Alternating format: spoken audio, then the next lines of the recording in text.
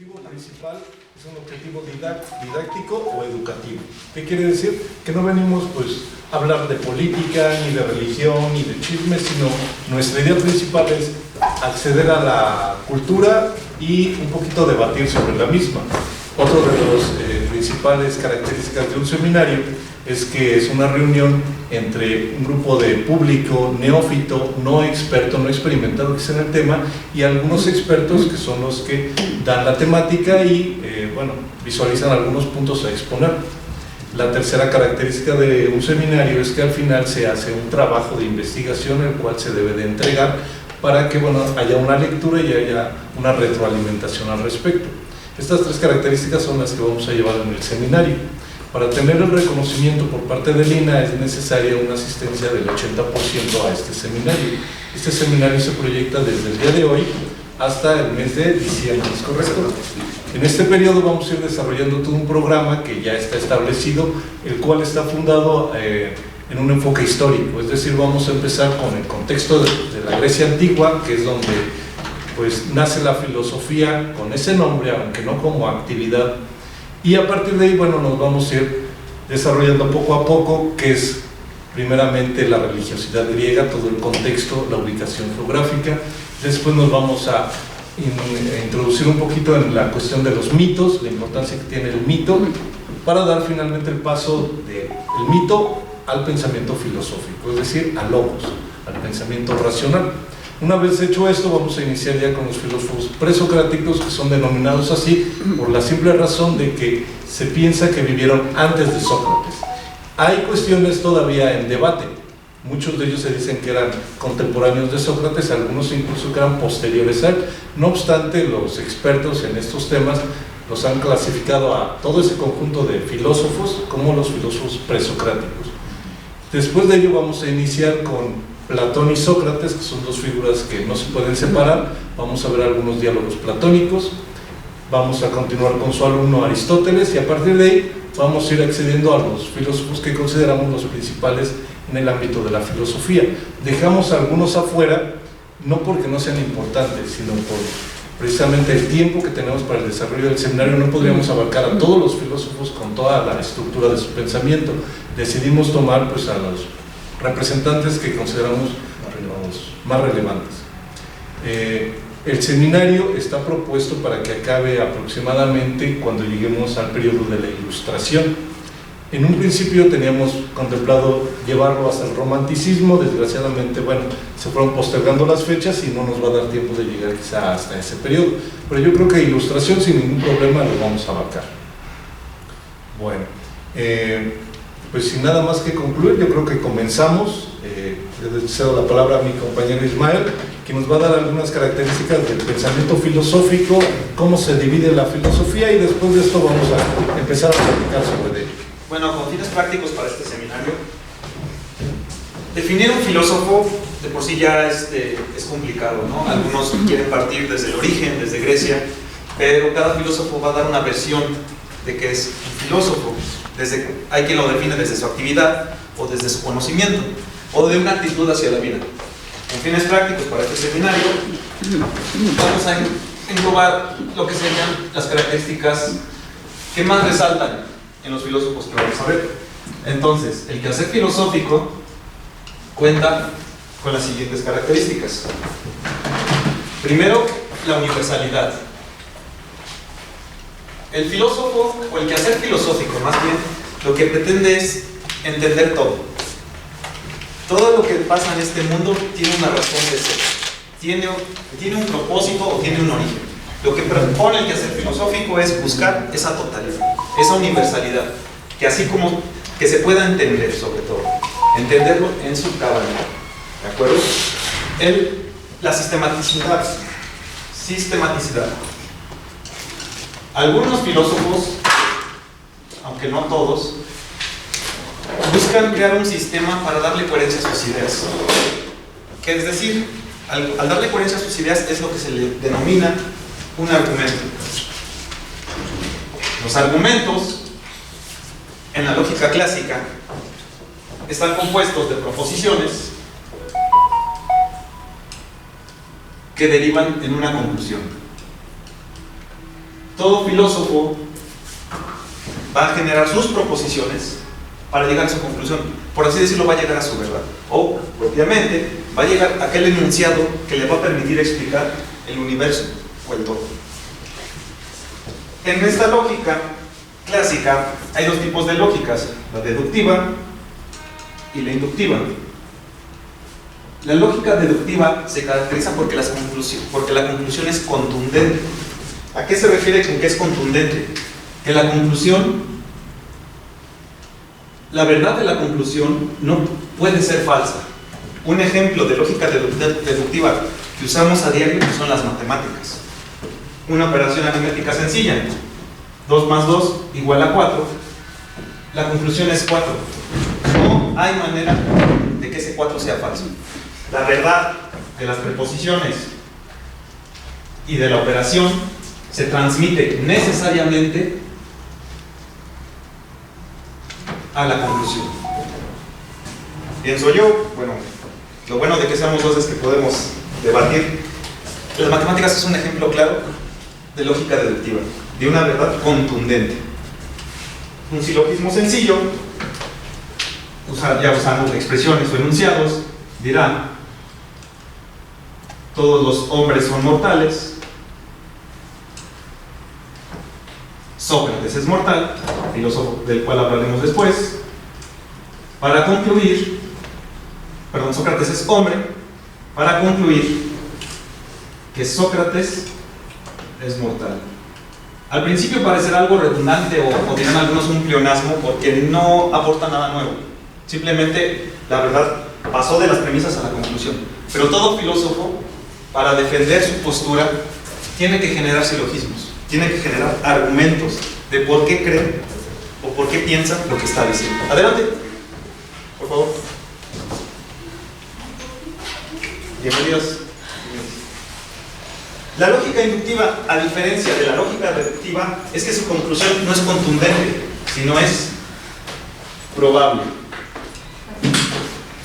En el día a día nosotros usamos la lógica inductiva, a lo mejor no pensamos en ella de esa manera, pero nosotros vivimos de acuerdo, tomando decisiones a la que consideramos la mejor o la que probablemente nos va a beneficiar más. ¿Cómo tomamos esas decisiones? Argumentando o dando premisas.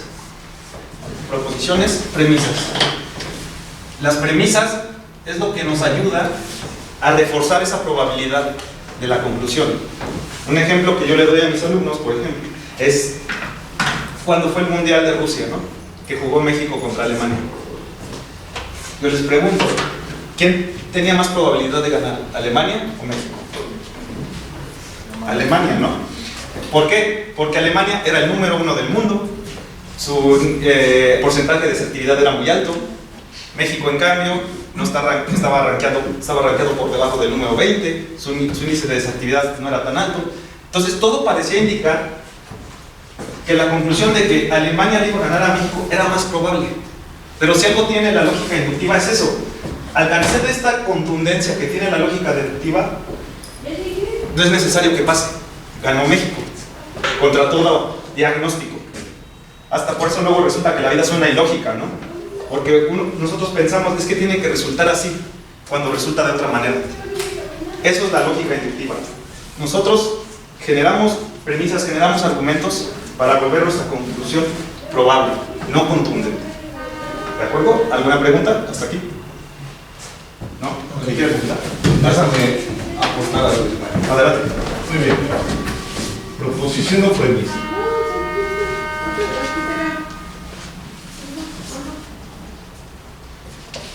Pareciera que son lo mismo, no siempre es así. Una proposición es una afirmación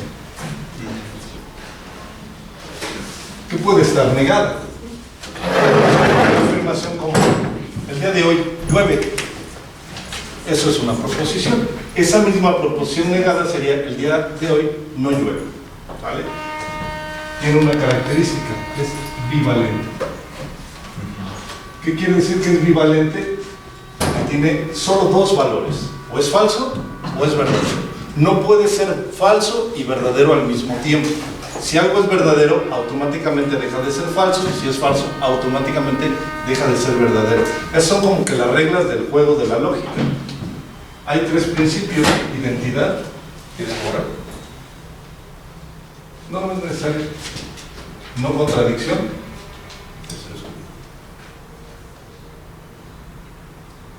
Y tercero, excluir. Es importante tener en cuenta estas tres características de las proposiciones, porque nosotros vamos a estar analizando argumentos filosóficos, los cuales todos tienen estas características. Identidad, ¿qué quiere decir? Que si este es un plumón azul, entonces siempre va a ser un plumón azul, y siempre que me refiera a él, lo voy a llamar así, plumón azul. No se vale de repente plumón azul y de repente plumón rojo, plumón verde. Eso sería identidad. A siempre es igual a. En estas tres características es donde se fundan todas las matemáticas. No contradicción. Si es un plumón azul, no puede ser rojo. No te contradigas. Esa es la segunda característica. La tercera característica, tercero excluido. No hay terceras opciones. O es azul o no es azul. No hay una tercera opción. Todos los argumentos de la filosofía van a estar basados en proposiciones, que son afirmaciones, que son bivalentes y que de acuerdo al caso van a ser verdaderas o falsas, siempre siguiendo estas tres características. Cuando tú ocupas una afirmación o una serie de afirmaciones para llegar a una conclusión y probar algo, entonces estas proposiciones se convierten en premisas. Aquí tenemos la premisa número 1, que es o verdadera o falsa. ¿Ustedes qué piensan? Todos los hombres son mortales, todos los hombres mueren. ¿Eso es verdadero o es falso? Verdadero. Es verdadero universalmente. ¿Dónde habías puesto lo de universal? Universalmente, todos los hombres mueren. Esto es verdadero. Segunda premisa, premisa 2. Sócrates es un hombre. Eso es verdad también. Verdad, verdad. Nos concluye una verdad absoluta, universal, es decir, se aplica en todo lugar, en todo tiempo, sistemática, porque hay un orden, y contundente, automáticamente verdadero. Y esto es infalible, eso no puede fallar. Este tipo de argumentos, no sé si se llaman argumentos deductivos. El argumento inductivo, como bien lo mencionaba Ismael, es aquel que está basado en probabilidades. Supongamos lo siguiente: el día de hoy yo vi un cuervo negro. La semana pasada que vi, había varios cuervos negros. Por mi casa yo he visto cuervos negros. ¿Eso qué se me hace concluir? Que en el mundo todos los cuervos son negros. Pero si llegan a ser un cuervo albino, automáticamente mi conclusión deja de ser contundente y se vuelve probable. Ese tipo de sistema de argumentativo se llama argumentos inductivos. La filosofía funciona mucho con ellos, pero siempre tiende hacia la universalidad y hacia la sistematicidad. La lógica es la base de toda la filosofía. No podemos pensar filosóficamente si no tenemos esto como antecedente, como premisa a nuestro sistema de pensamiento. ¿Sí? Sí. Gracias. Bueno, nada más para complementar lo que dice César, lo que vamos a ver nosotros en el... Adelante. De esto de contundente y probable, por ejemplo, deductivo e inductivo. Sí. Me vino la idea de esa cuestión de lo general a lo particular y de lo particular. Entonces, o sea, es pregunta. No, muy bien. O sea, ¿sí está bien? Sí, sí, no. Y si estoy bien, ¿cuál, por ejemplo, de lo general a lo particular y de lo particular? Lo que estás diciendo es muy acertado, porque esa es una forma clásica de enseñar la lógica. Y de hecho, es una manera de diferenciar la deductiva de la inductiva. Voy. Deductiva, la conclusión es contundente. Nosotros, cuando estemos en el seminario, vamos a ver filósofos que van a poner una premisa, una verdad universal. Por ejemplo, van a poner una muy fácil: Dios es amor, ¿no? Sobre todo los filósofos cristianos van a decir Dios es amor, misericordioso. Lo que van a hacer a partir de la lógica deductiva es deducir precisamente conclusiones de esta verdad que ellos consideran absoluta. O sea, como bien dijiste, van a pasar de lo general a lo particular. Y por particular, al decir que nosotros somos hijos de Dios, nosotros los hombres también somos amor. Y esta es una verdad contundente, porque deriva de una premisa verdadera. En la lógica deductiva nos va a decir, bueno, los filósofos van a pensar de la manera deductiva, van a tener una idea general, una verdad, y de ahí van a deducir de lo general y van a empezar a desarrollar verdades particulares. ¿Qué es el mismo ejemplo de acá? Todos los hombres son mortales, estamos hablando de todos, es general. A partir de esto pasamos a algo particular. Sócrates, una persona, es mortal. La lógica deductiva va de lo general a lo particular, caso contrario de la inductiva. Un cuervo es negro, otro cuervo es negro, otro cuervo es negro, todos los cuervos son negros. Pero esta verdad puede fallar. Esa es la diferencia entre argumentos deductivos y argumentos inductivos. ¿Te queda alguna duda? No, ya no Sí, es que no, perdón. Adelante. Pero también ahí, cuando este filósofo plantea que en general Dios es amor, puede partir de una premisa falsa. El problema aquí, y eso es lo interesante de la filosofía, es ok, esto tú lo das como verdadero, Exacto. pero esto me lo tienes que probar antes. Eso es lo que decir, esta premisa va a ser la conclusión de otro argumento. Antes de que yo te acepte esto, pruébame esto con otro argumento. Siempre va a haber eso en la filosofía. Al principio hablamos de algunas cosas que se llaman primitivos. Los primitivos son estos tres principios. Estos tres principios sí no los podemos poner en cuestión, porque entonces ya hablamos de una enfermedad psíquica. Si esto en un momento es un plumón azul y al siguiente segundo, como funes el memorioso, resulta ser un plumón rojo, entonces ya no te vas a poder llevar en el mundo. Ahora, para complementar lo que menciona usted, todo filósofo va a dar por hecho que su sistema es deductivo. O sea, sus verdades son contundentes. Las críticas de los demás filósofos van a decir, no, es que tú partes de una deductiva cuando realmente es inductiva. Como bien usted dijo, Dios es amor. Tú das por hecho esto, pero ¿de dónde? ¿Cómo lo deduces? ¿Cómo deduces esa verdad? La gran crítica de la mayoría de los filósofos parte de que aquellos que consideraban deductiva resultó ser inductiva, y los filósofos se encargan de buscar en qué momento dan por hecho o confunden esa conclusión contundente cuando más bien es una conclusión probable o que ha sido reforzada con otros argumentos. ¿De acuerdo? ¿Alguna pregunta? ¿Participación? Bueno, continuamos con las características. Otra de las características del pensamiento filosófico es que más allá de dar verdades, de establecer esto es así, a lo que se dedica, y lo fuerte en la filosofía es el hacer preguntas. Pero quizá que haya una tarea mucho más difícil, porque el preguntar a veces resulta más difícil que contestar, que responder. Hay que aprender a hacer preguntas de la manera correcta. Esa es la filosofía. La filosofía en ese sentido va a ser muy crítica. Va a ser la mesa de operaciones en la cual se va a poner a criticar todo.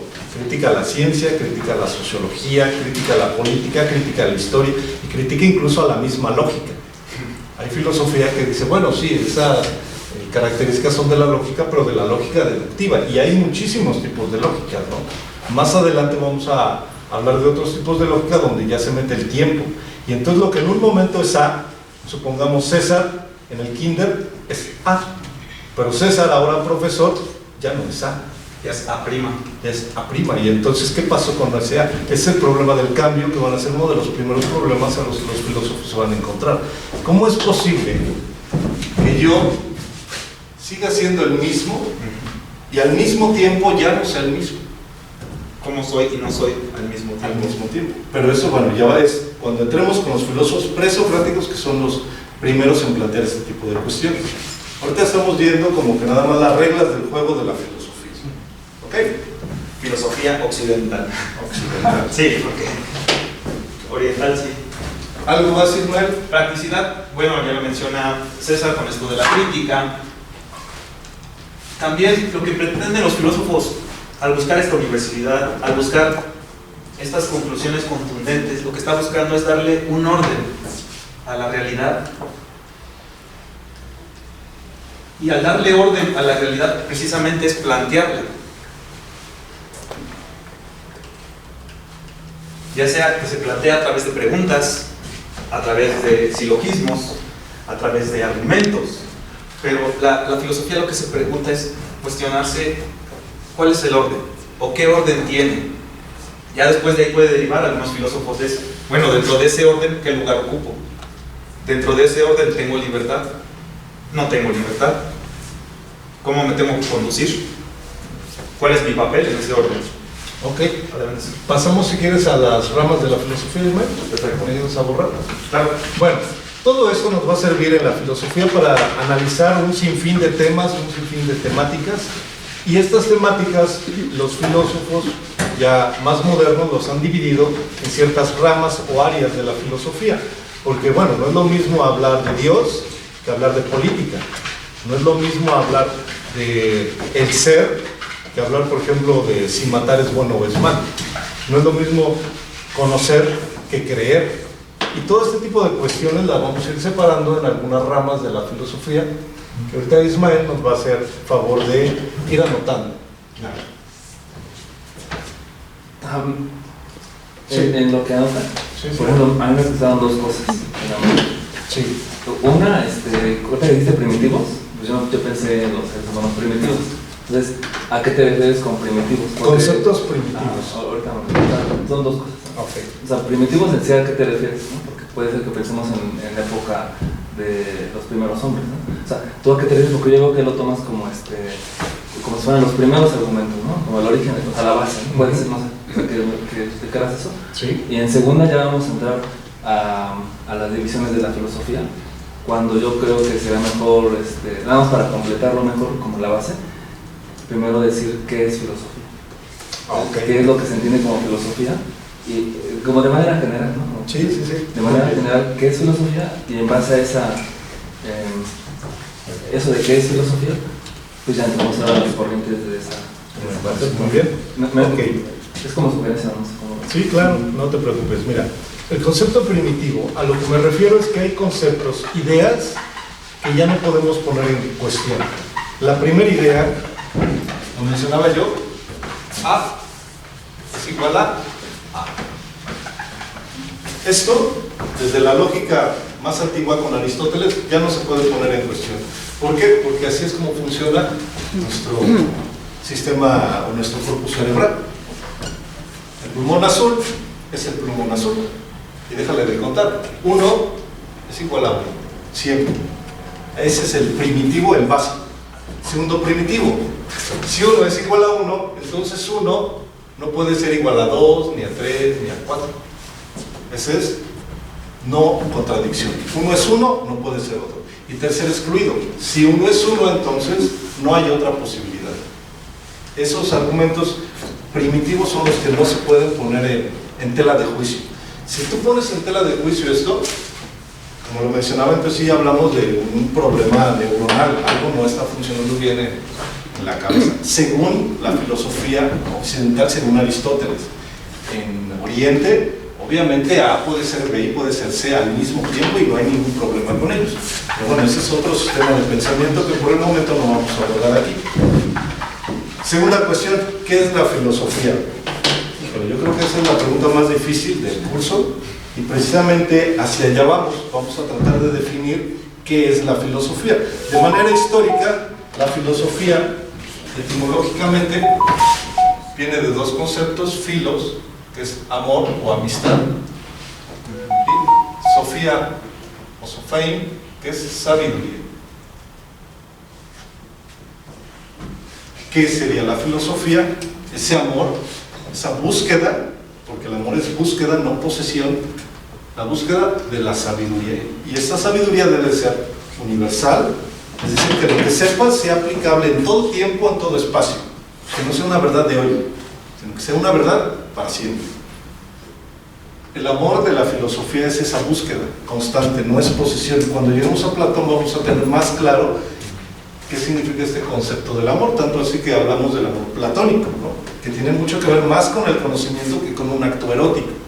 Pero bueno, de manera histórica, filosofía serían aquellas personas que buscan más la sabiduría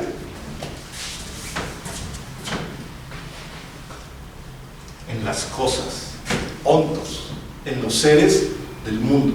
Ya no necesitamos buscar esa sabiduría en los dioses, No necesito, ahorita como decía el señor, decir, bueno, está lloviendo porque Tlaloc se enojó. Eso sería una visión un poco religiosa. La filosofía dice, bueno, está muy padre eso, pero vamos a explicar las cosas, la lluvia de este mundo con las cosas de este mundo. Y entonces esa sabiduría es una sabiduría terrenal más práctica, basados en un sistema de lógica, no en creencias, sino en sistemas aceptados y demostrados universalmente. Eso sería, a grandes rasgos, la filosofía. Según Diógenes Laercio, la filosofía nació desde que nació el primer ser humano. Empezamos a pensar, ¿por qué estoy aquí? ¿Qué hago aquí? ¿Quién me puso aquí? ¿Y quién puso a ese que me puso aquí? Entonces vienen preguntas sobre preguntas. El hecho de preguntarse sobre tu propia existencia, sobre el mundo en general, es ya estar haciendo filosofía. Pero la palabra filosofía es de origen griego, ambos conceptos, y en Grecia, bueno, significaban estas cosas, ¿no? Hay una gran diferenciación entre, por ejemplo, el quehacer filosófico y el quehacer sofista. El quehacer sofista es aquel que dice, bueno, vamos a intentar buscar la verdad, pero por principio la verdad no se puede tener, absoluta, jamás. ¿Por qué? Porque soy un ser que voy a morir. Tuve un principio, voy a tener un fin, mientras que la verdad es universal, no tiene principio ni tiene fin, ¿no? La verdad es relativa, van a decir los sofistas.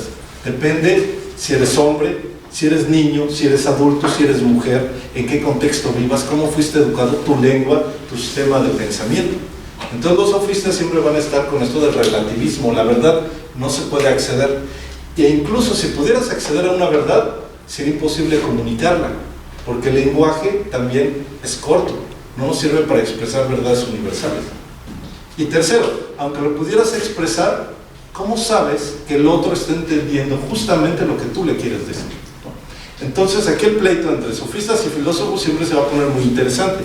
La historia de la filosofía pues siempre va a reconocer a sus héroes, los filósofos, como los vencedores, aunque realmente todos estos argumentos son respuestas a las preguntas que hacen los sofistas.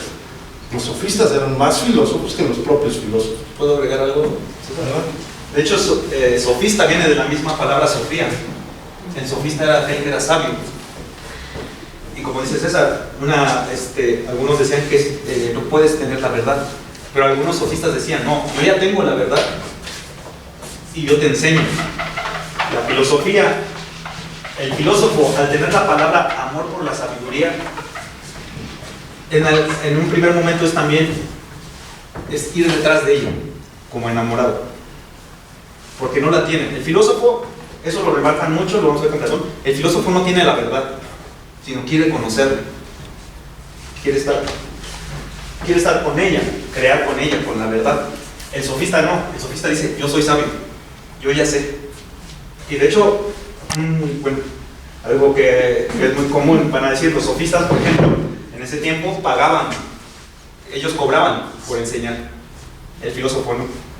El filósofo vivía por la sabiduría, para la sabiduría, y el sofista vivía de la sabiduría. ¿Ok? Sí, que bueno, en este sentido ahí también los filósofos critican mucho a los sofistas en ese sentido. Bueno, si tú enseñas, pero cobras por enseñar. Y además cobras por enseñar lo que te piden que enseñes. Si llega, ejemplo, un político, me dice, quiero que me ayudes a demostrar que mi sistema que estoy aplicando es el correcto, es el verdadero. Entonces el sofista le va a dar una serie de argumentos, una serie de herramientas para probar eso, aunque esto no sea verdadero. Es decir, el sofista va a educar a las personas para saber argumentar, esa es su fuerza. Pero el sofista siempre dice, bueno, lo que tú presentas te lo puede haber enseñado totalmente contrario para demostrar que lo que está haciendo es falso. Es decir, el sofista juega con Dios y el diablo, ¿no? Juega a eso. Mientras que el filósofo dice, no, yo enseño la verdad y no me ligo a ningún sistema ni político, ni ningún sistema religioso, ni nada. Mi labor es comprometerme con la verdad. Eso dicen, pero también siempre están ligados a ciertos sistemas. Te enseño mi camino hacia la verdad, ¿no? Claro. Y realmente pues es un argumento falaz. Es como decirle al señor, no, usted no puede tener razón porque tiene una gorra café. Que tiene que ver una cosa con la otra. Los filósofos ocupaban también mucho esto. Hay muchos tipos de argumentos falaces, también los vamos a estar viendo aquí. en el cual desacreditan la verdad de alguien apelando a otras cosas. En particular, este tipo de falacia se llama ad hominem, contra el hombre, ¿no? Y en política y en derecho se ocupan demasiado. Bueno, para continuar, continuamos con las ramas principales de la filosofía. Hay muchas ramas actualmente, pero nos pensamos concentrar en las que más van a abundar con los filósofos que vamos a tocar en este seminario. Empezamos. Epistemología. Viene de la palabra episteme, que es conocimiento. La epistemología es la rama de la filosofía que se encarga de estudiar cómo conocemos. ¿Qué es el conocimiento? ¿Qué es aquello que nos permite conocer? Y si lo que conocemos, ¿cómo sabemos? ¿Cómo sabemos que lo que conocemos es verdad? Que no nos están engañando los sentidos, o que razonamos adecuadamente.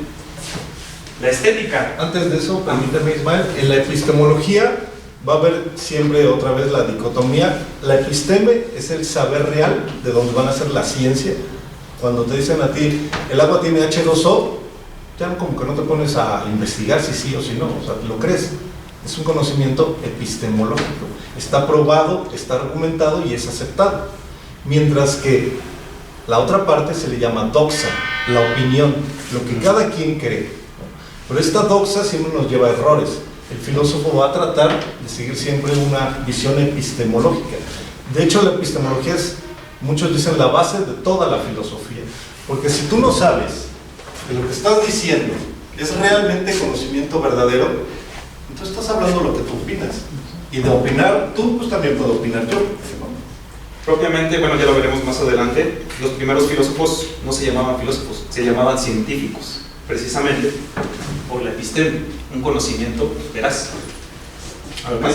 Sí. Bueno, estética, viene de la palabra aesthetique, que es percepción. La rama de la filosofía, la estética, tiene que ver con nosotros cómo percibimos, pero sobre todo la belleza. En un principio se puede entender como la belleza en las obras de arte, ¿no? Pero tiene un significado más profundo cuando lo veamos. Sobre todo, parte mucho de la filosofía de Platón cuando él habla de la belleza, porque lo que es verdadero es bello, es bueno y es bello. Platón, a grosso modo, va a decir, cuando uno percibe la belleza, va a actuar bellamente, porque vas a actuar verdaderamente, vas a actuar siendo bueno. Una persona que conoce, percibe la belleza en su totalidad, va a hacer actos bellos, como los actos heroicos. Los actos heroicos son actos bellos, porque actúan de acuerdo a la verdad, a lo que es bueno y a lo que es bello. Que creo que uno de los traducciones le ponen justo, ¿verdad? Lo justo, lo bello y lo bueno. Sí, la estética actualmente a qué se dedica o qué va a trabajar, a diferencia de la epistemología, la estética no va a comprobar si lo que estoy diciendo es verdadero o es falso. No va a comprobar la lógica, no va a comprobar toda la formalización de tus argumentaciones.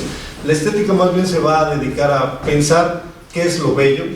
¿Esta obra es artística o no es artística? ¿Qué es el arte entonces? ¿No? ¿El arte tiene que ser siempre bello o hay arte de lo grotesco también? ¿No? Hay artistas actuales que se llaman así, artistas de lo grotesco, que fotografían cadáveres, por ejemplo, ¿no? O fotografían cuerpos en descomposición, y también es arte. Los estéticas, o la estética en particular, se va a preguntar esto: ¿hasta dónde esto es arte y hasta dónde no es arte? Un ejemplo muy sencillo: una obra artística, la Mona Lisa, Es bello.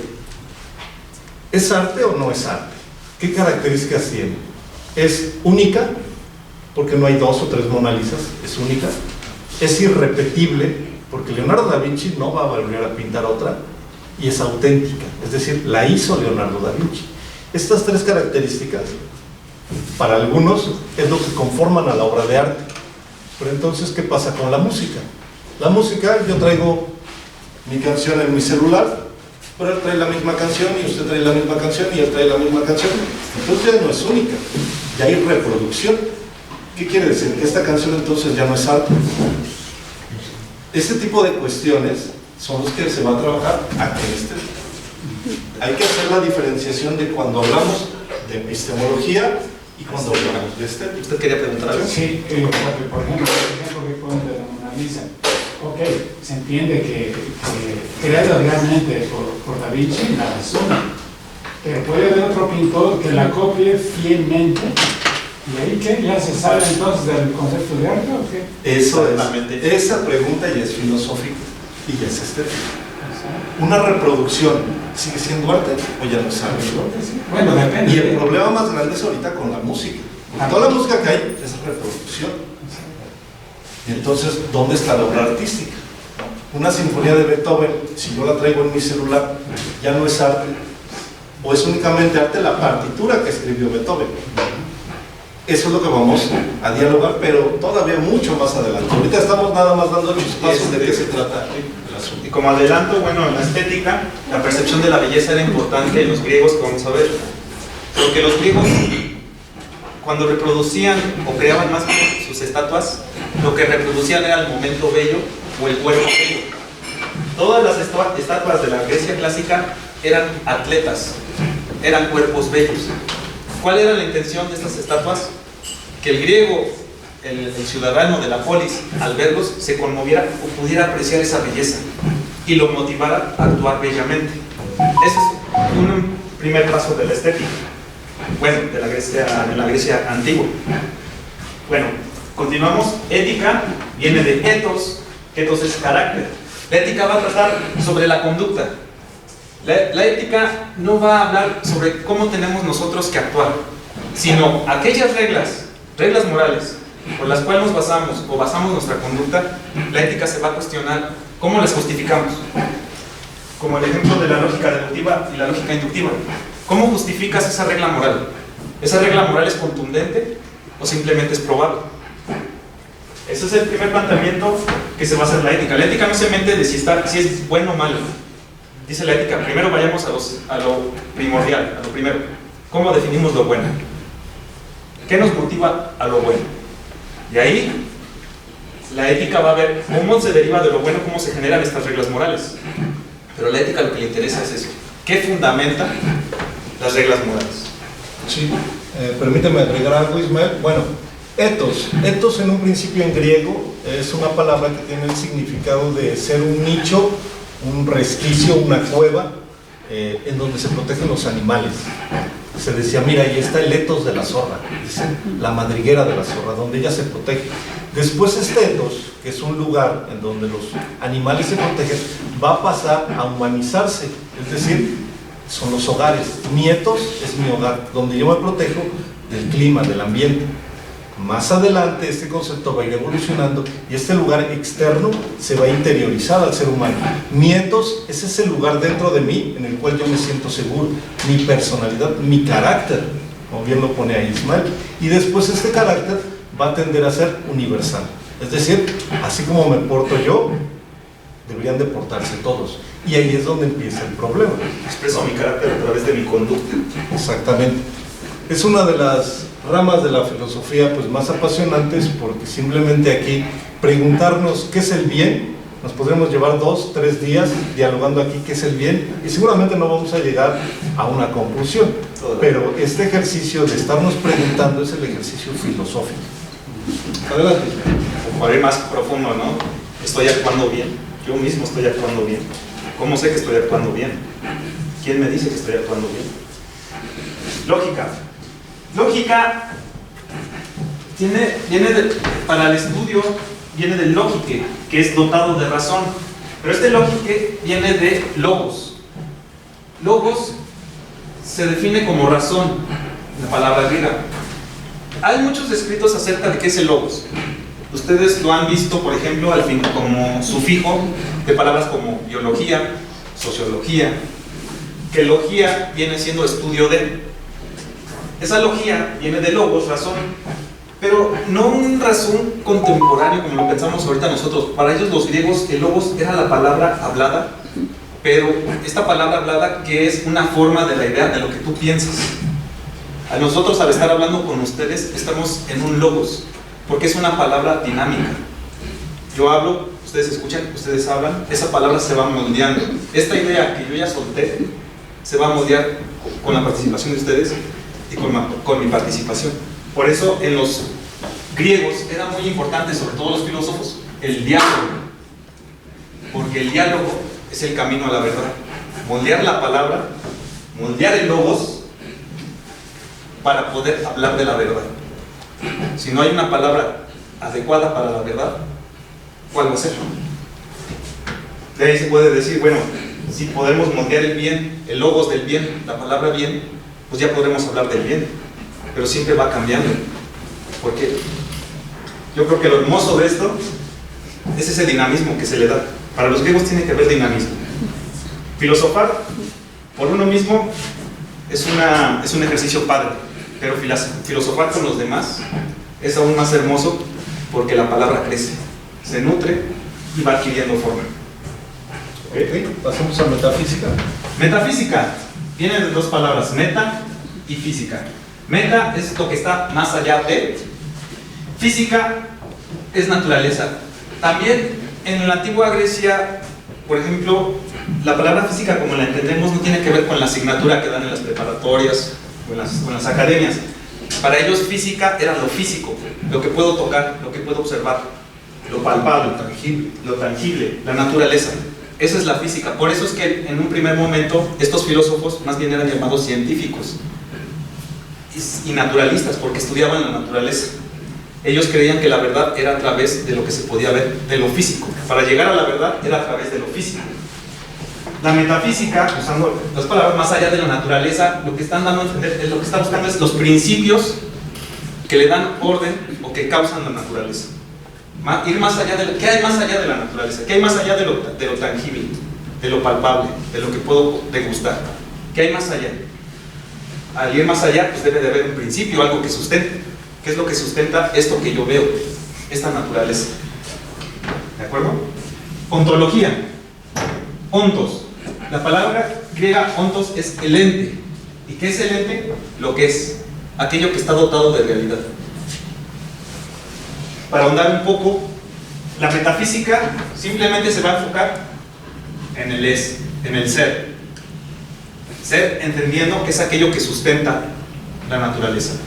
La ontología va a hablar de lo que es, aquello que está sustentado por el ser, aquello que ya está siendo. A mí me gusta usar de ejemplo esto, es como la cosa. ¿Cómo definen la cosa? Y siempre usamos la cosa, ¿no? Ahorita vengo, voy a hacer cosas, como que no quiere la cosa, ¿no? Una cosa llevó a otra. ¿Vale? No es gran cosa. La cosa, ¿qué es la cosa? Y sin embargo la usamos. Si van al diccionario, cosa es aquello que está causado. Aquello que está causado. Yo diría, perdón el atrevimiento, que la cosa es semejante a lo que es. Porque lo que es está causado por el ser. Está fundamentado por el ser. El ente, lo que es. Esas, a grandes rasgos, van a ser las principales ramas de la filosofía que vamos a ir observando con los filósofos. Algunos, de manera inconsciente, se especializaron en alguna de estas ramas, o dieron las primeras piedras, picaron las primeras piedras, para ya desarrollar una diferencia específica en cada una de las ramas de la filosofía. ¿De acuerdo? ¿César? Bueno, vamos a adelantarnos un poquito, vamos a entrar al contexto de Grecia antigua, que creo fundamental para entender el pensamiento filosófico. Y bueno, vamos a tocar varios puntos. Es muy grande la historia de Grecia antigua, pero vamos a tocar los puntos primordiales para tener un desarrollo adecuado.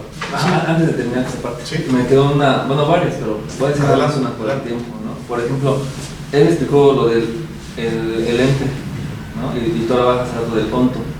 Pero creo que tú dijiste algo así como que son las cosas o los seres de la tierra. Sí. Así lo dijiste. Sí. Y digo, o sea, como si pudiera explicar eso, o sea, nada más tiene que ser forzosamente cuando hablas de Sofía y el onto, solamente forzosamente las cosas o seres de la tierra. Vamos a esto, mira, para que te quede un poquito más claro. Tú comprendes qué es el árbol. ¿Sabes qué es un árbol? El árbol, en su generalidad, sería esto, lo que es el árbol metafísico.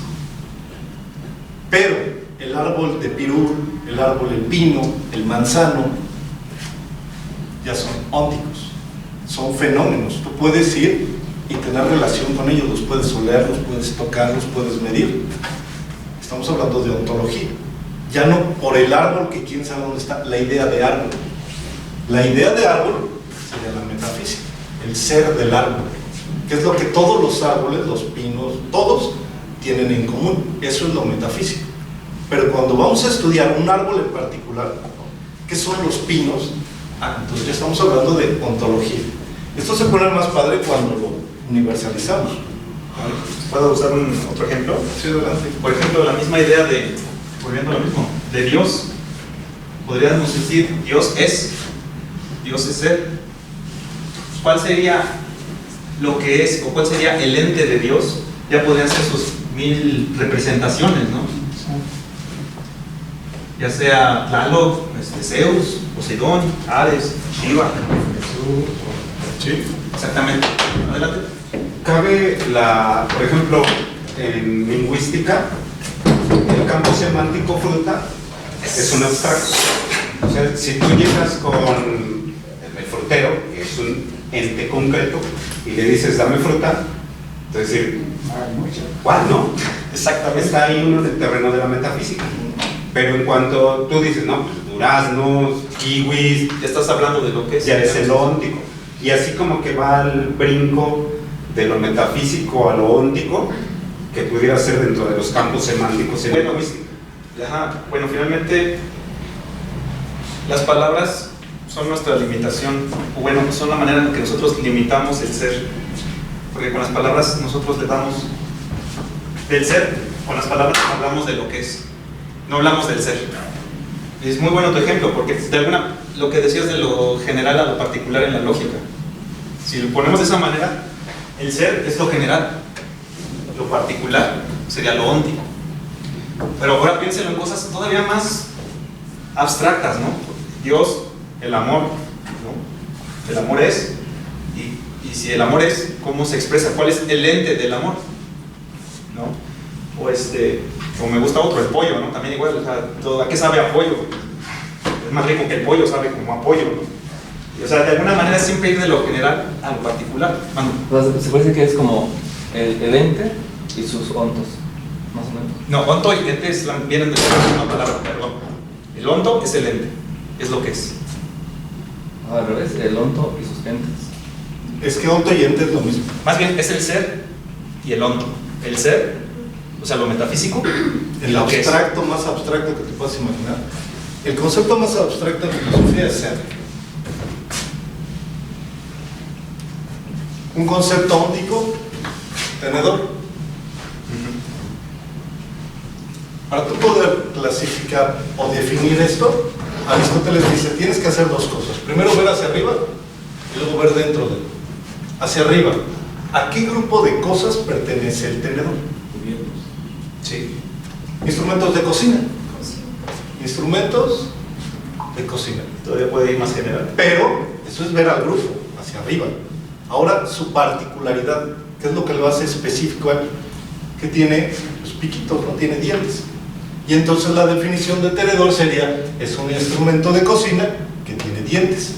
Y eso sería definir correctamente al tenedor.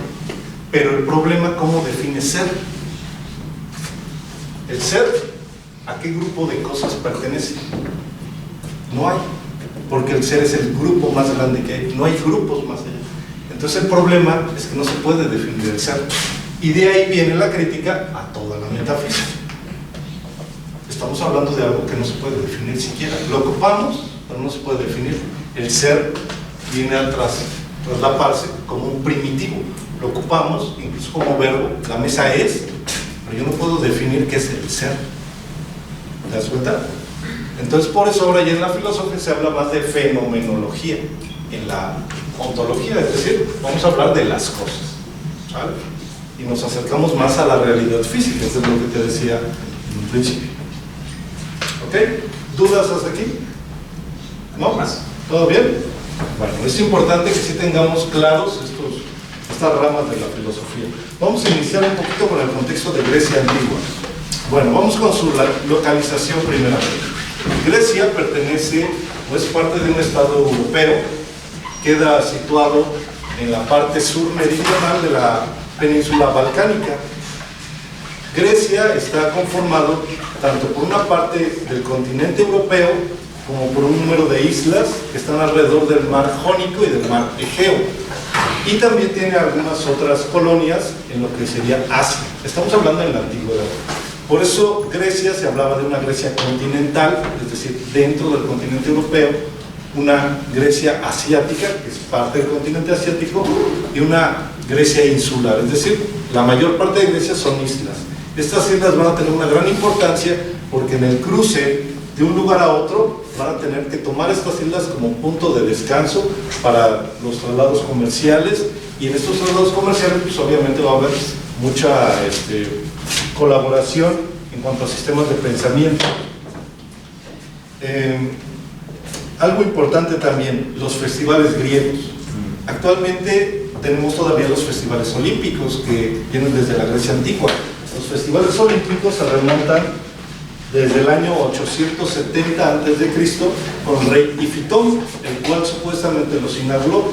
Estos festivales olímpicos eran representados o eran actuados cada 4 años en un espacio geográfico de Grecia que es llamado el Monte Olimpo, que era como un estadio en forma de herradura con una capacidad para 40.000 personas, y estos festivales se supone que inician cuando el dios Zeus derrota a su padre, que es Cronos. Cuando Zeus destierra a Cronos y toma el control del Olimpo, del universo griego, entonces es cuando los Juegos Olímpicos se instauran. Algo particular o interesante de los Juegos Olímpicos eran competiciones atléticas. Actualmente son muchas las competiciones que hay. En la antigüedad solamente había 5 competiciones. Era la carrera, que es tanto carrera a pie como carrera en carro, ¿no?, de caballos. Era el salto, en el cual tenías que brincar una zanja. Era también el lanzamiento de disco, todavía no se incorporaba la jabalina, solamente el disco. Había el pugilato, que era una especie de box, y estaba la lucha griega. Cuando la lucha y el pugilato se hacían al mismo tiempo, o sea, es lucha con trompón y patada, entonces a esto se le llamaba pancracio, a los dos juntos. Cuando se desarrollaban los 5 eventos, es decir, tenías que correr, tenías que saltar, tenías que ir en carro, tenías que hacer todo esto, a eso se le consideraba el pentatleo, de donde viene la palabra pentatlón. En un pentatlón tú tienes que hacer muchas actividades distintas. Quien era ganador en estos Juegos Olímpicos se le daba un premio. El premio consistía en 2 cosas. Primeramente, respeto social.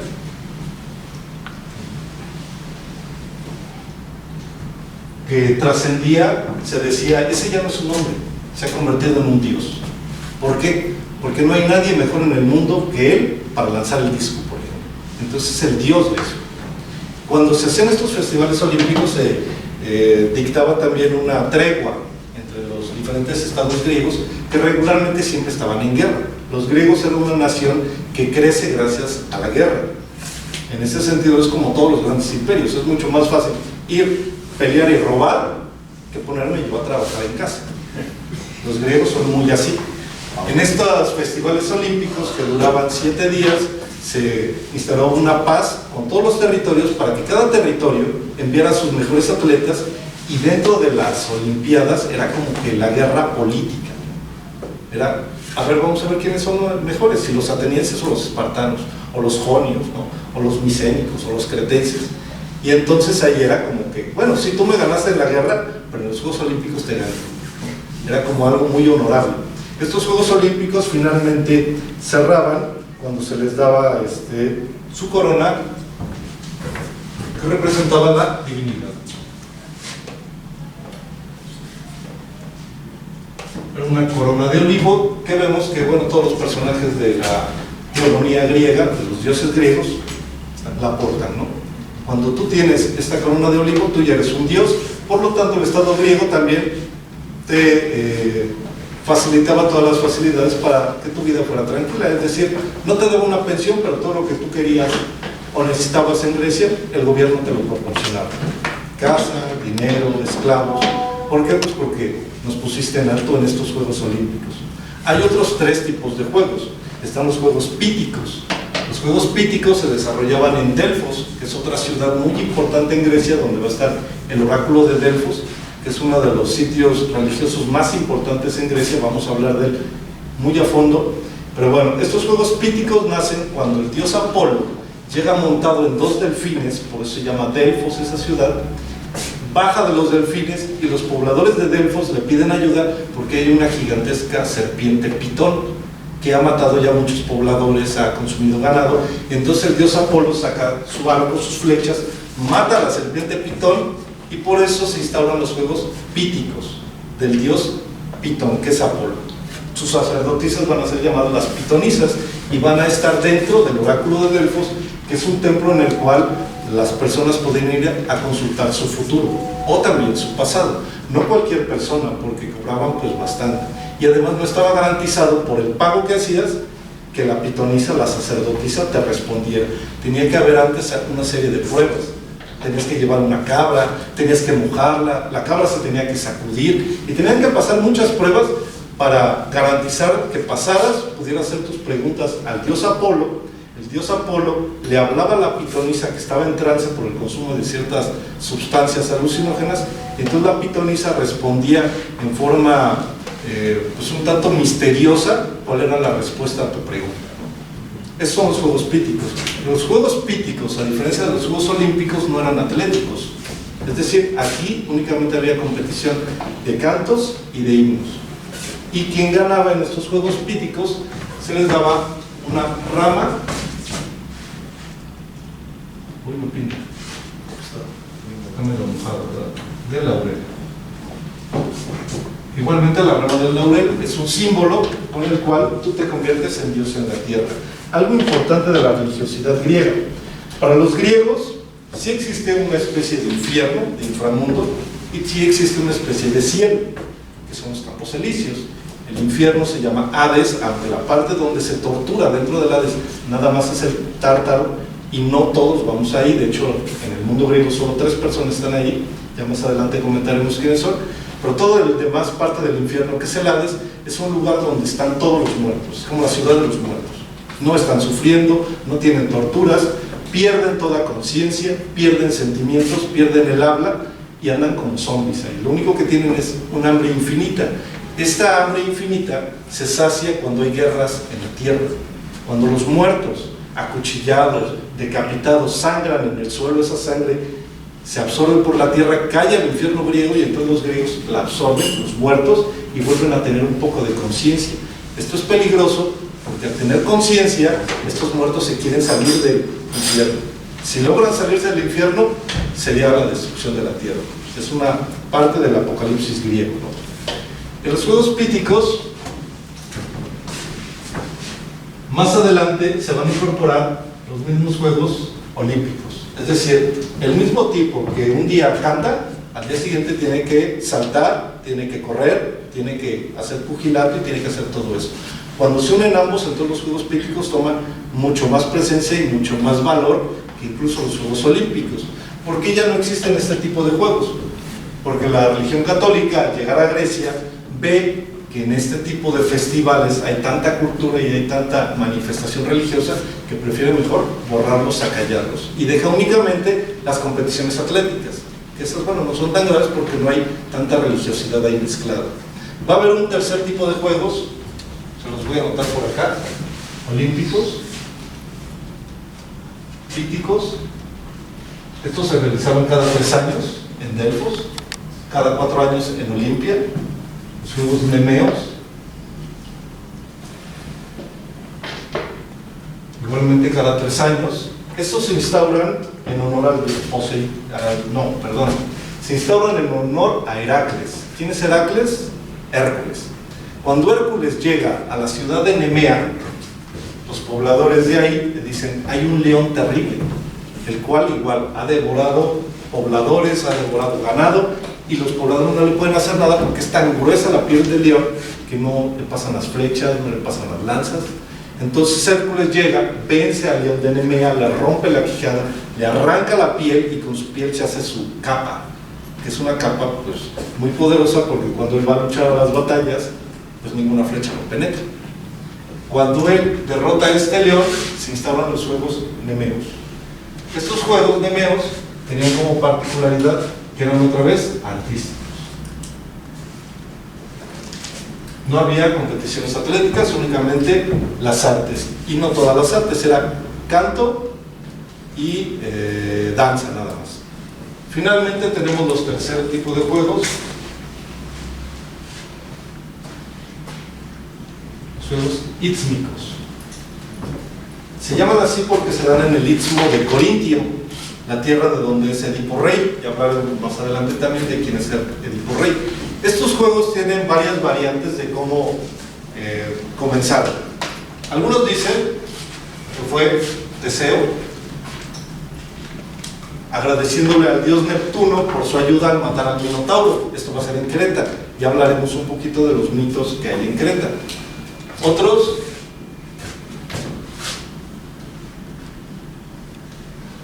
Sífila, mencionan a la sacerdotisa Sífila, la cual estaba cuidando al hijo de un rey, lo descuida y entonces el hijo de este rey es mordido por una serpiente y muere.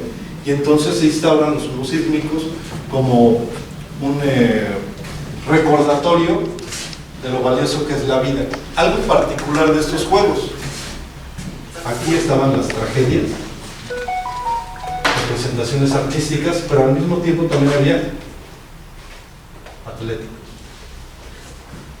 Aquí los participantes se tenían que vestir de morado, que es el color del luto, y a quienes ganaban en ambas competiciones se les daba una corona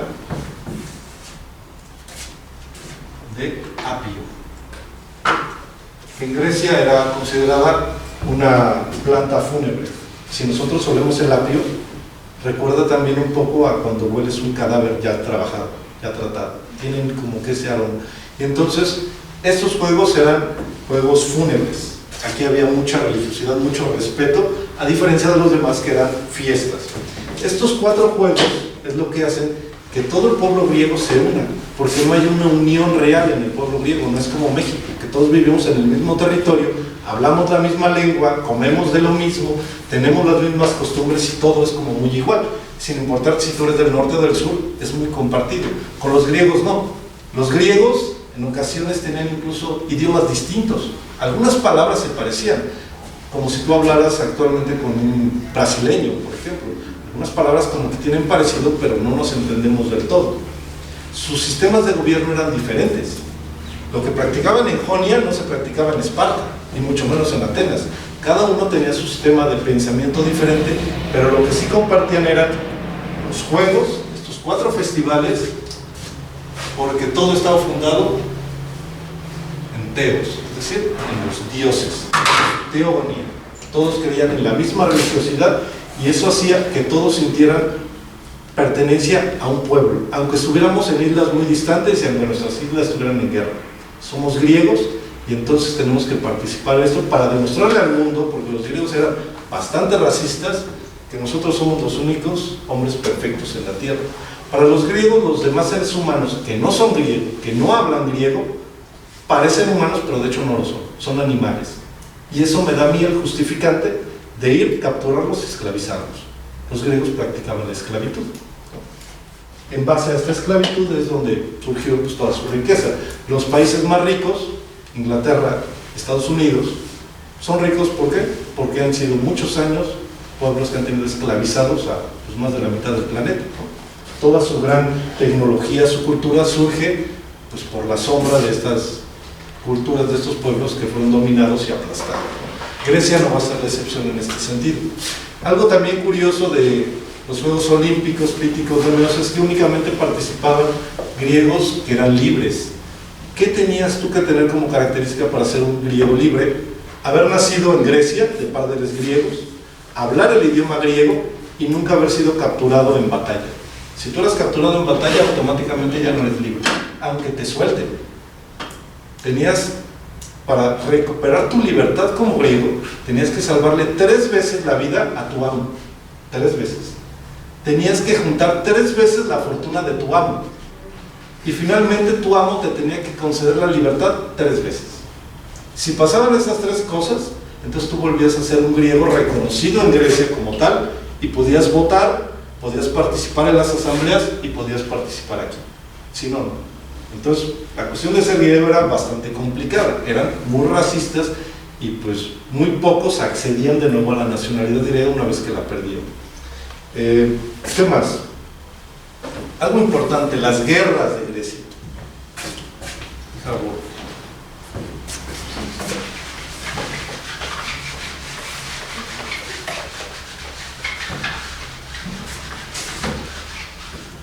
Muy bien.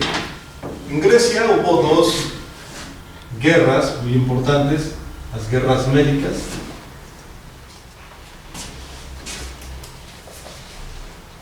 Y las guerras del Peloponeso.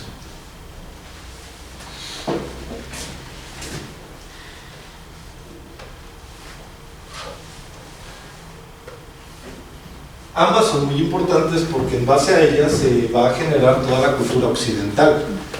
Si en estas guerras hubiera habido otro resultado al que hubo, simplemente nosotros quizás no estaríamos ni siquiera hablando español.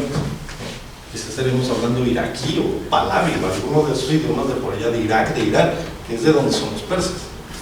Afortunadamente o desafortunadamente, según se vea, en estas guerras médicas ganaron los griegos.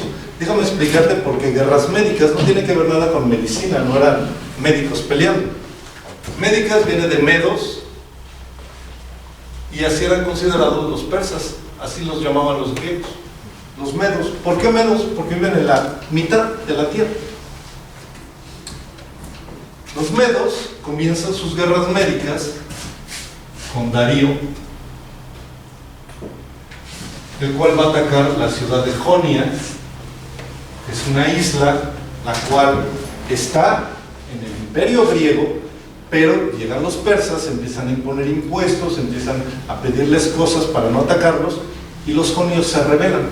Es una isla de la cual van a salir muchos filósofos muy intelectuales, se rebelan contra los persas y entonces el rey Darío en venganza va, los conquista y les pone una situación súper difícil, ¿no? Empieza a matarlos, empieza a pedirles muchos tributos y entonces todas las otras colonias griegas que están separadas y que muchas eran enemigas de los jonios se van a unir y van a atacar al rey Darío, lo van a expulsar. Muchos años después va a llegar su hijo Ciro y aquí va a estar la batalla de Salamina. Va a retomar otra vez el papel de voy a conquistar Grecia, ya que mi padre no pudo, lo voy a hacer yo. Va, ataca Salamina con un ejército de 11,000 hombres, mientras que los griegos pues, no llegaban ni a 1,000. En esta batalla los griegos, con un general, atacan a Ciro, lo hacen que se retire de la playa, porque, bueno, fueron varias situaciones. Primeramente Ciro, creyendo que iba a ganar muy fácilmente porque le triplicaba su ejército al de los griegos, manda a guardar todos sus caballos en sus barcos y les dice, váyanse a adelantar a Atenas, nosotros mientras ahorita matamos a esto. Entonces, no tener caballos para los persas ya es una desventaja terrible. Segunda, los persas atacan de lejos, tienen muchos arqueros. Ciro comienza a atacar con los arqueros mientras que los griegos corren y los atacan, librando todas las flechas. Cuando llegan y los atacan, el ejército de los persas es 3 veces más grande. Lo que hace el general griego, divide el centro para atacar por las orillas la retaguardia y hacen huir a los persas del lugar donde se estaba llevando la batalla, que era la ciudad de Salamina, pegado a la playa. Pero de Salamina a Atenas hay una distancia de 240 kilómetros, más o menos casi de aquí a Querétaro, ¿no? Un poquito menos. ¿Cuántos son 240 kilómetros? A Guadalajara. Muy bien. Sí, son como 400. Pachuca. ¿A Pachuca les gusta? No, no, Querétaro. A Querétaro, ¿vale? Se gana la batalla aquí. Los persas salen en sus barcos y obviamente dicen, vámonos a Atenas, porque lo que les interesaba conquistar a ellos era Atenas. Conquistando Atenas, ganamos a todos los griegos. Zarpan los barcos, pero nosotros como griegos ya ganamos aquí. ¿Cómo les avisamos a los atenienses que la batalla ya se ganó? ¿Cómo les avisamos para que cuando lleguen los persas en sus barcos, ellos no se rindan? Porque en Atenas no hay soldados, hay puros pobladores. ¿Cómo le hacemos? Y entonces el general griego manda a un soldado muy famoso, Ifitón.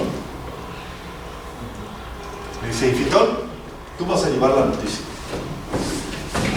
Ifitón se fue desde Salamina corriendo 240 kilómetros y en 2 horas llegó a Atenas a dar la noticia. Se cuentan los mitos que Ifitón llegó con la bandera persa conquistada, les dijo, hemos ganado, la clavó y murió. Ifitón corrió la batalla de Maratón. Maratón es el camino que tuvo que atravesar para llegar hasta Atenas. Y de aquí viene toda la tradición de los maratones, en el cual tú tienes que correr la misma cantidad de kilómetros que corrió Ifitón, ¿no? Cuando Ifitón llega a Atenas y da la noticia que se ha ganado, el pueblo se prepara y dice, bueno, pero ¿qué hacemos? Nosotros somos puros ciudadanos, mujeres en su mayoría y niños, y ven venir a los barcos persas consigo. Entonces el pueblo ateniense inteligentemente se pone cascos, se disfrazan de soldados, se paran en las ventanas, y cuando llega Ciro a la playa ve que todo Atenas está fortificado por soldados, que no eran soldados, eran los pobladores. Mientras tanto, los griegos que habían vencido van de regreso hacia Atenas. Ciro, al ver tanto soldado falso, porque no eran verdaderos, decide retirarse y entonces pierde también la Segunda Guerra Médica. En la Tercera Guerra Médica va a venir el hijo del hijo, Jerjes, y va a pelear contra Leónidas, en el paso de las Termópilas. Los griegos sabían que si los persas llegaban a tierra y entraban, era imposible pararlos. Leónidas es un espartano, y entonces Esparta pide ayuda a Atenas, y Atenas le dice, ¿sabes qué? No te voy a ayudar, porque tú no me ayudaste en la batalla de Salamina. Los atenienses también le pidieron ayuda a los espartanos y los espartanos, arréglatelas tú solo. Y entonces ahora, en esta batalla, Leónidas se va a llevar a sus 300 famosos hoplitas, una película de 300, y aquí sale. Un hoplita es un soldado que tiene dinero, y como tiene dinero, se compra su armadura, se compra su lanza, se compra su escudo, su casco, y va a pelear. A diferencia de todos los demás soldados que no traen armadura, traen su espada y su escudo y ya está ahí. Un hoplita es una fuerza militar más fuerte, están organizados, traen lanzas de 3 metros. Entonces con estas lanzas de 3 metros tú puedes detener caballos y puedes detener a la infantería. Leónidas, el rey espartano, se lleva a 3 hoplitas y a partir de ahí empieza a batallar contra los persas. En realidad el ejército de Leónidas eran 6,000 hombres. ¿Cuántos creen que eran el ejército de los persas? 18,000. 6,000 hombres contra 1.7 millones de persas. ¿Pero el puro ejército? Uno de los ejércitos, el ejército de Jerjes. Es que los persas es una cultura gigantesca, o sea, de Grecia hacia allá todo ya era persa, todo. Pero también eran soldados, Todos, y muy bien entrenados, porque el ejército persa sí estaba bien entrenado, con máscaras, con armaduras, con caballos, con arcos, con todo. Era un ejército que era como la marabunta, donde llegaban los persas, todo lo conquistaban. ¿Qué hace Leónidas? Los lleva hacia el paso de las Termópilas, que son 2 montañas, en el cual hay un cruce estrecho, y dice, aquí los frenamos. En la película, ¿quién gana? Jerjes. Y así fue en la vida real. Esta batalla, aquí la pierde. Leónidas muere, sus hoplitas mueren, pero alcanzan a detener al ejército hasta que los atenienses se dan cuenta del gran valor que tiene Leónidas, que es un espartano, del gran valor que tienen los hoplitas. Entonces van, apoyan, una vez que ya están muertos todos, y hacen que el ejército persa se retire. Y fue la última batalla que los persas tuvieron contra los griegos. Si los persas hubieran ganado, la historia de Occidente sería totalmente diferente. Algo interesante de aquí, los griegos, como la mayoría de los imperios antiguos, practicaban la homosexualidad, y para ellos era algo muy bien visto. El amor de hombre a hombre era el amor más fuerte. ¿Por qué? Pues porque somos intelectualmente iguales, físicamente somos más fuertes que una mujer, entonces somos casi dioses, ¿no? Cuando llegamos a Platón vamos a ver las 3 clases de seres que crearon los dioses, los seres humanos, ¿no? Para los griegos, los que iban a guerrear eran los ciudadanos griegos, no los esclavos. ¿Por qué? Porque había el temor de que los esclavos en pleno combate traicionaran al ejército griego. De ahí va a surgir, de una vez me voy descontando, va a surgir uno de los pilares fundamentales del pensamiento griego, del mito, que va a ser Homero. Acerca de Homero, se dice, se cuenta, hay quien dice que no existió, hay dice que sí existió, otros dicen que estaba ciego, como fue que escribió sus obras. Pero lo interesante es que Homero viene de una palabra griega que significa esclavo. Es un omertai, me parece. Omertai.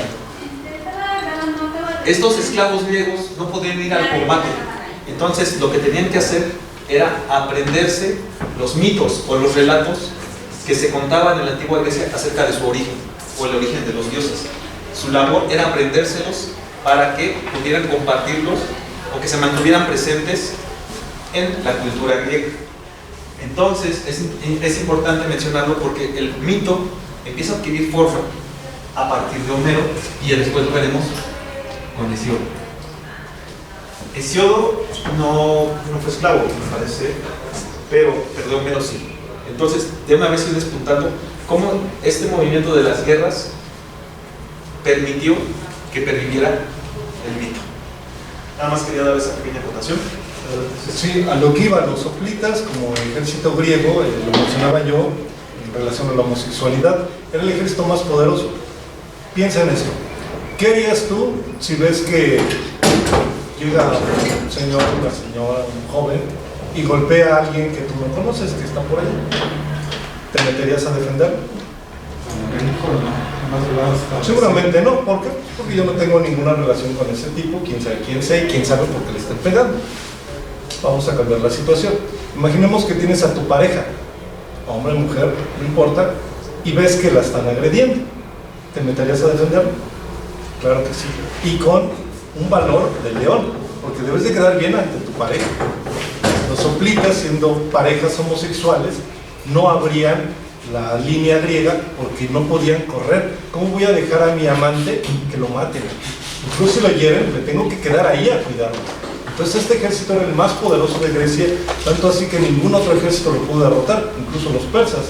Este ejército de hoplitas griegos, el ejército de homosexuales, únicamente fue derrotado en una ocasión por el ejército de Alejandro Magno.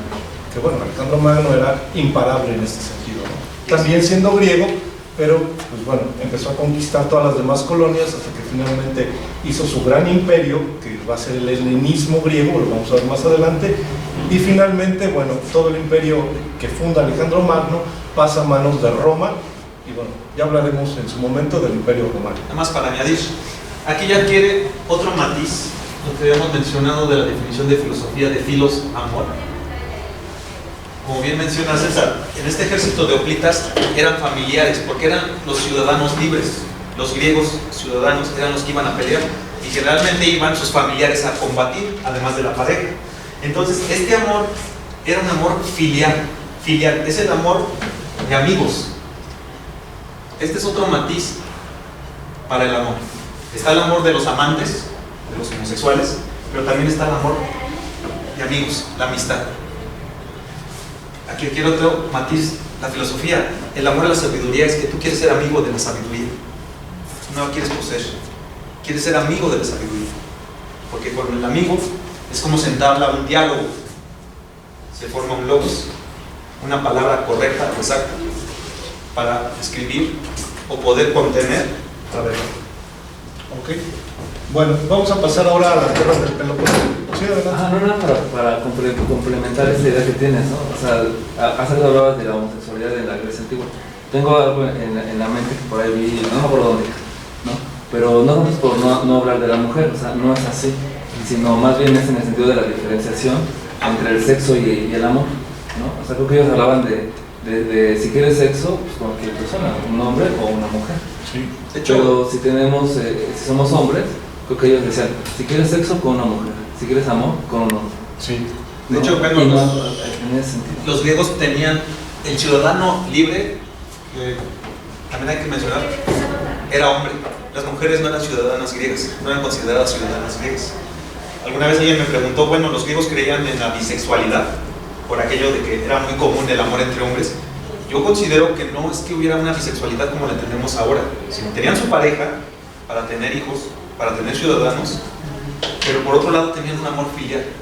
Un amor que los motivaba en la guerra a pelear, a defenderse, a no acobardarse. Regresando a lo que mencioné antes, a cometer un acto bello. Un acto bello es un acto de amor. Pero no es un amor de buscar procreación, es un amor de amistad. ¿Sí? Sí, por ley en la Grecia antigua, permíteme tantito, Octavio, tenías tú como ciudadano griego, al cumplir cierta edad, me parece que eran 40 años, 42 años, por ley tenías que tener una pareja para tener hijos. ¿Con qué sentido? Con el sentido de que tú al dejar progenie, tus propiedades ya tenían dueño. Y si tú morías en una guerra, en un accidente, esas propiedades automáticamente pasaban a tu estirpe, a tus hijos. Pero si tú no te casabas y no tenías pareja, no tenías hijos, entonces por ley tenías que hacer un testamento llegando a esa edad. ¿Para qué? Para no disolver la pequeña comunidad griega, que como les digo, son pequeñas comunidades. Ahorita vamos a ver cómo se organizan los estados griegos. Si tú no dejas hijos, ¿qué va a pasar a tu muerte? Que tu hermano se va a empezar a pelear con el papá o con el primo por quedarse con tus propiedades. Y entonces esta familia, los Vázquez, se van a dividir en dos Vázquez.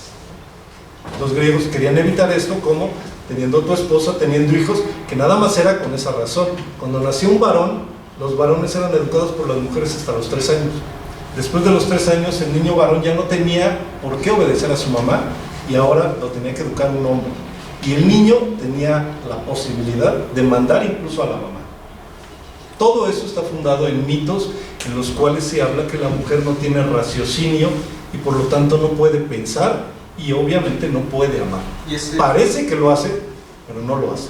El único que es capaz de pensar y de amar es el hombre. Y esto tiene que ver con la estructura fisiológica, incluso tiene que ver con el aparato reproductor masculino. Según los griegos, ya llegaremos a esos mitos que son los que cuenta Platón. Y era importante la mujer para formar ese pequeño núcleo familiar que recibía la palabra griega de oikos. Ese pequeño núcleo familiar, y de ahí deriva economía. La economía empieza, ahora sí que en casa, en el núcleo familiar. ¿Quieres preguntar algo? No, era sobre el amor, que no necesariamente tenía que ser un amor carnal, sino que es un amor sublime, porque la definición etimológica de amor es amortis, ¿no? Amortis, que quiere decir sin muerte. Que una forma de amar es precisamente procurar que tus semejantes tengan un nivel de vida pleno, ¿no? Una vida plena, una vida de alegría, ¿no? De dicha, ¿no? Y de hecho, bueno, ahorita, para adelantar un poco, el amor filosófico es un amor que continúa. O sea, ahora sí que el amor filosófico lo que pretende es preservarse, continuar. Ese es el amor filosófico.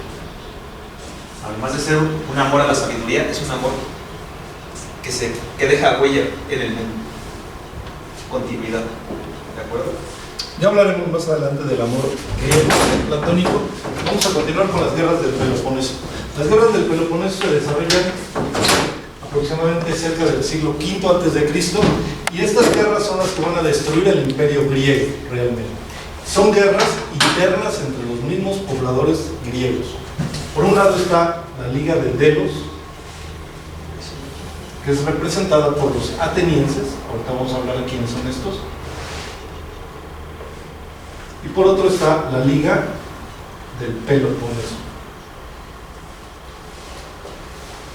Peloponeso es un lugar en Grecia antigua.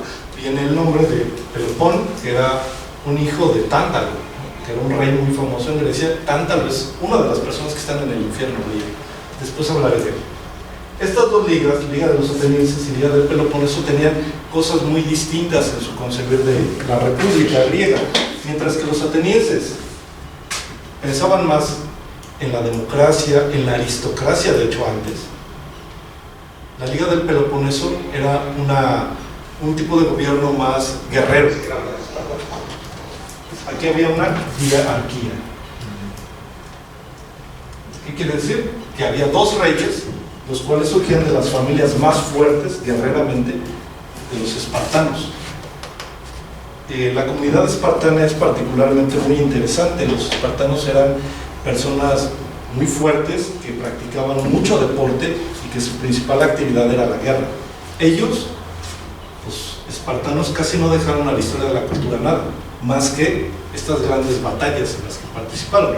Cuando nació un niño espartano, como era una región que no había mucho cultivo, no tenían casi ganado, era muy frío el territorio donde ellos vivían, cuando nacía un niño espartano, el padre lo tomaba inmediatamente después de cortar el cordón umbilical y lo arrojaban a una tina de agua fría.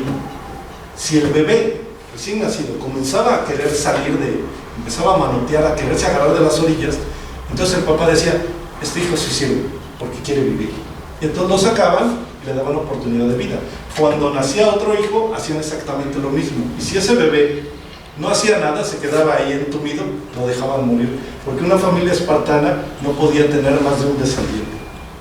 Ese descendiente, en su caso, que fueran 2 o 3 hijos los que sobreviven, que al nacer quisieron pues, tomar el camino de su vida mediante la fuerza y sobrevivir, en cierta edad se enfrentaban los mismos hermanos y el mejor tenía que matar a los demás para él quedarse con la dicha de ser el heredero de la corona espartana o de la familia espartana.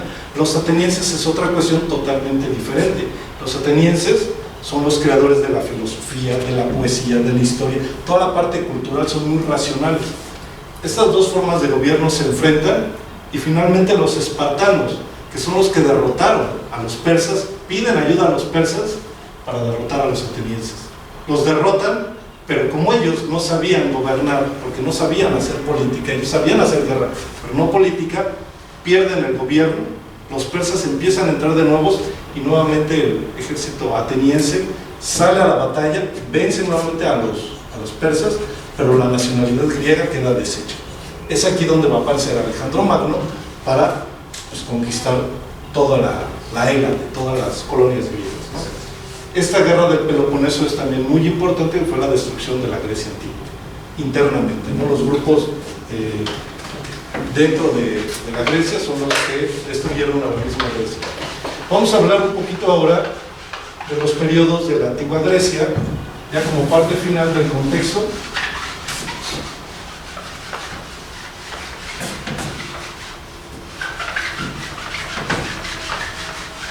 Bueno, la Grecia antigua se divide generalmente en 5 periodos. Primer periodo, cretense o micénico. Este periodo se refiere a cuando los pobladores de Creta tienen el poder de toda la zona y posteriormente el pueblo de Micenas, que ya es parte continental, va a Creta, que es una isla, la isla más grande, y los conquistan. No se habla de una gran batalla, más bien hay una fusión, pero realmente los que quedan a cargo son los micénicos. Hay bastantes mitos muy interesantes sobre la cultura cretense, uno de ellos el mito del Minotauro, que posteriormente también lo veremos.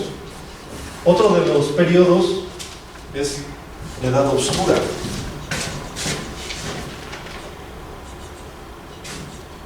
Se le llama así por la falta de fuentes, de documentos, incluso de vestigios arqueológicos sobre este periodo. Voy poniendo las fechas que aproximadamente se dan de cada periodo. El periodo cretense va del 3000, todo es antes de Cristo, al año 1200. El periodo de la época oscura va del 1200 al 776 a.C. El tercer periodo se habla de época arcaica, que va del 776 a.C. al 499 a.C. La época arcaica es el paso de la edad oscura, de la época de bronce a la época de hierro. Aquí es donde se va a establecer ya la nacionalidad griega, donde van a entrar los 4 pueblos más fuertes de Grecia, que son muchísimos, pero aquí se van a unir para formar lo que es ya la nacionalidad griega. Cuarto periodo, el periodo clásico, que va del 499 al 323 a.C.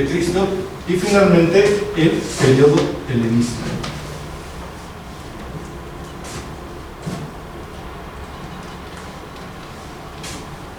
que va del 323 al 30 a.C.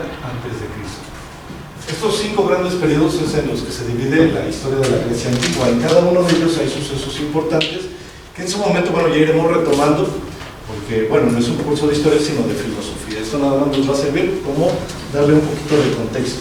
Algo importante también que resaltar de la cultura griega es el arte. No nada más hicieron filosofía, también hicieron mucho arte. De entre las obras artísticas tenemos el Partenón, por ejemplo, que queda en la Acrópolis de Atenas. Atenas fue destruida en la Segunda Guerra Médica, la destruyeron. Entonces Pericles lo que hace, el nuevo gobernante, vuelve a fundar la ciudad de Atenas, pero ahora en la cúspide de la ciudad, en la Acrópolis, que es la ciudad en lo alto. Y ahí coronando la Acrópolis está el Partenón de su diosa más importante, que es la diosa Atenea. En este centro religioso los griegos se reunían para, pues, comentar todo lo que posteriormente van a crear. Esta es la arquitectura del Partenón. Dentro de la literatura podemos mencionar un sinfín de autores: Sófocles, Esquilo, Eurípides, está Homero, está Platón. Dentro de la filosofía, bueno, está Platón, Sócrates, Aristóteles, Heráclito, Demócrito y cientos más, ¿no? También hay pintura, aunque no se conservan estas pinturas, sí conservamos el nombre de algunos pintores famosos como Polignoto, como Pausias, como Zeuxes, y está también la cerámica, que es de donde se retoman más vestigios arqueológicos. Las ollas, los platos que ellos pintaban sus mitos, sus historias. Los mayores trabajadores de cerámica eran Anosis, Duris y Brilos. Ellos 3 eran los mejores artesanos. Y finalmente en la escultura tenemos, por ejemplo, el discóbolo, el auriga de Delos, y hay muchísimas más esculturas. Todas las esculturas griegas obviamente van a resaltar la corporalidad. El cuerpo del hombre es un símbolo de honor. ¿Por qué? Pues porque somos muy parecidos a los dioses. Nuestros dioses son nuestro modelo a seguir. Más adelante, otro filósofo alemán, Federico Nietzsche, va a comparar la religiosidad griega con la religiosidad católica. Mientras que tú ves un dios griego, joven, fuerte, lleno de músculos, de riqueza y de poder, volteas a ver al dios de los católicos, crucificado, sangrado y humillado, y entonces empieza su reflexión sobre a qué parte de religiosidad quiero pertenecer y por qué a esta y por qué a esta. Va a ser una crítica muy fuerte. Al imponernos la cultura católica, dice Federico Nietzsche, lo que nos están imponiendo realmente es: eres bueno si estás como está tu Dios, mutilado, castigado, crucificado, y pones la otra mejilla cuando el enemigo llega y te golpea. ¿Y esto a quién le beneficia? Pues obviamente al poder gobernar, ¿no? Bueno, pues creo que para cerrar, sí. bueno, ya César nos dio todo un contexto, una gran labor de síntesis de todo lo que es la historia griega. Para cerrar esta primera clase y empezar ya la siguiente, ya entrando con filosofía griega, después de todo este movimiento vamos a entrar al periodo clásico, precisamente, que es donde se da la filosofía. Yo lo que quiero resaltar es que en la literatura los 2 personajes importantes, Homero y Hesíodo, son relevantes porque los griegos del periodo clásico estudiaban a los poetas.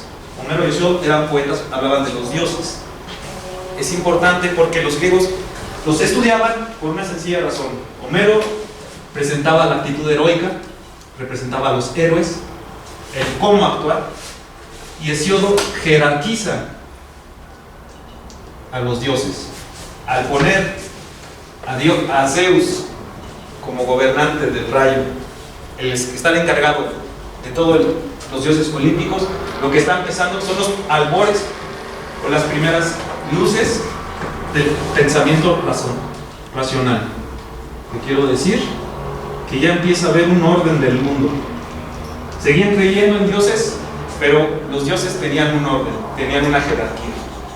Ya después ya empiezan a definir a los dioses, pero este es el albor precisamente de la filosofía. Ya empieza a haber un orden. Hay dioses, pero entre los mismos dioses, unos son más poderosos que otros, otros gobiernan una extensión más grande del universo y hay dioses particulares. Así es como vamos a empezar ya la siguiente clase sobre filosofía. Adelante. Oye, pues una pregunta antes de Guillos. ¿Dónde queda la isla de Lesbos? Lesbos, en el mar Egeo, pero es pegado hacia la Anatolia, me parece. No, pero ahí me refiero al ya ves que hablaron ahorita hace rato de la homosexualidad. Ahí tengo entendido que la isla de Lesbos son puras mujeres. No sé. Hay varias historias. Está Safo de Lesbos. Y Safo de Lesbos era una mujer, una poeta, que bastante rebelde a su sistema político, social y tradicional. Ella funda su escuela de poesía. Eso en sí mismo ya es un acto de rebeldía total, ¿no? Porque, a ver, ¿cómo que una mujer va a hacer poesía? La poesía es de las cosas más elevadas, ¿no? Para ser poeta debes de tener mucho intelecto, mucho contexto, mucho lenguaje, mucho conocimiento. ¿Cómo una mujer lo va a hacer?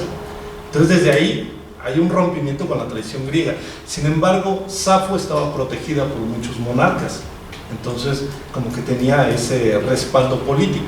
Le permiten abrir su escuela de poesía, sí admite hombres, pero se enfoca más a las mujeres, a tal punto de que los hombres sienten vergüenza de tomar clases con las mujeres.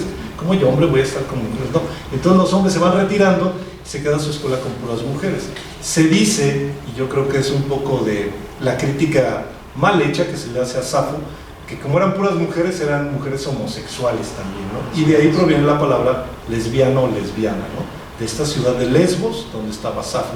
Finalmente Safo es asesinada también por contradecir pues toda la tradición, la política griega, ¿no? Entonces, sí, es un personaje muy interesante, su poesía es muy hermosa.